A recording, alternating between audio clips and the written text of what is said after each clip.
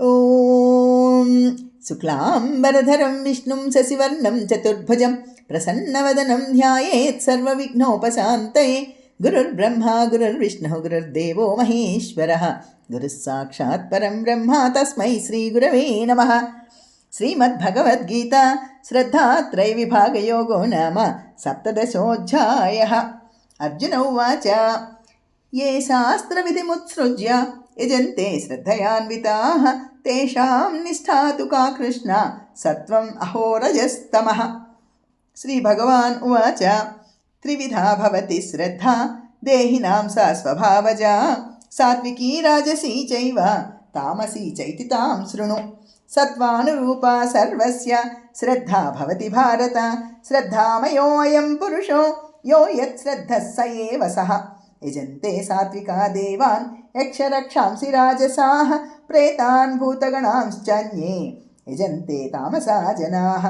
अशास्त्रविहितं घोरं तप्यन्ते ये तपोजनाः दम्भ अहङ्कारसंयुक्ताः कामरागबलान्विताः कर्षयन्तः शरीरस्थं भूतग्रामम् अचेतसः मां चैव अन्तःशरीरस्थं तान् विद्धि आसुरनिश्चयान्। आहारस्तु अपि सर्वस्य त्रिविधो भवति प्रियः यज्ञः तपः तथा दानं तेषां भेदम् इमं शृणु। आयुः सत्त्वबल आरोग्य सुखप्रीतिविवर्धनाः रस्याः स्निग्धाः स्थिराः हृद्या आहाराः सात्विकप्रियाः।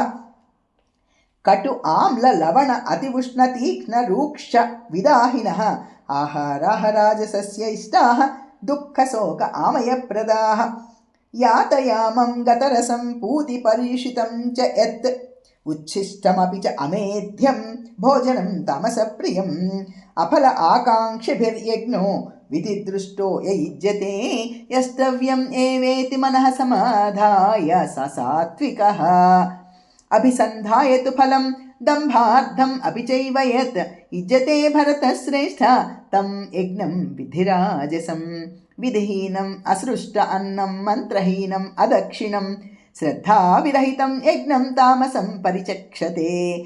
देवद्विजगुरुप्राज्ञपूजनं शौचम् आर्जवं ब्रह्मचर्यम् अहिंसा च शारीरं तप उच्यते। अनुद्वेगकरं वाक्यं सत्यं प्रियहितं च यद् स्वाध्यायाभ्यसनं चैव वाङ्मयं तप उच्यते। मनः प्रसादः सौम्यत्वं मौनम् आत्मविनिग्रहः भावसंशुद्धिरिति एतत् तपो मानसम् उच्यते। श्रद्धया परया तप्तं तपस्तत्र त्रिविधं नरैः अफल आकाङ्क्षिभिर्युक्तैः सात्विकं परिचक्षते। सत्कारमानपूजार्थं तपोदम्भेन चैव यद् क्रियते तदिह प्रोक्तं राजसं चलम् अध्रुवम्। मूढग्राहेण आत्मनो यत्पीडया क्रियते तपः परस्य उत्सादनार्थं वा तत् तामसम् उदाहृतम्। दातव्यम् इति यद्दानं दीयते अनुपकारिणे देशकाले च पात्रे च तद्दानं सात्विकं स्मृतं। यत्तु प्रत्युपकारार्थं फलमुद्दिश्य वा पुनः दीयते च परिक्लिष्टं तद्दानं राजसं स्मृतम्। अदेशकाले यद्दानम् अपात्रेभ्यश्च दीयते असत्कृतम् अवज्ञातं तत्तामसम् उदाहृतम्। ॐ तत्सद् इति निर्देशो ब्रह्मणः त्रिविधः स्मृतः ब्रह्मणास्तेन वेदाश्च यज्ञाश्च विहिताः पुराः। तस्माद् ॐ इति उदाहृत्य यज्ञदानतपः क्रियाः प्रवर्तन्ते विधानोक्ताः सततं ब्रह्मवादिनां। तद् इति अनभिसन्धाय फलं यज्ञतपः क्रियाः दानक्रियाश्च विविधाः क्रियन्ते मोक्षकाङ्क्षिभिः।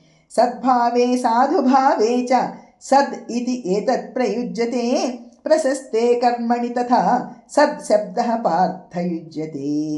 यज्ञे तपसि दाने च स्थितिः सद् इति च उच्यते कर्म चैव तदर्थीयं सद् इत्येवम् अभिधीयते। अश्रद्धया हुतं दत्तं तपस्तप्तं कृतं च यत् असद् इति उच्यते पार्थ न च तत्प्रेत्यनो इह।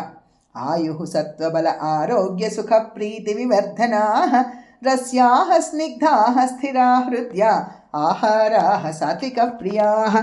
ॐ तत्सद् इति श्रीमद्भगवद्गीतासु उपनिषत्सु ब्रह्मविद्यायां योगशास्त्रे श्रीकृष्णार्जुनसंवादे श्रद्धात्रयविभागयोगो नाम 17. अध्यायः।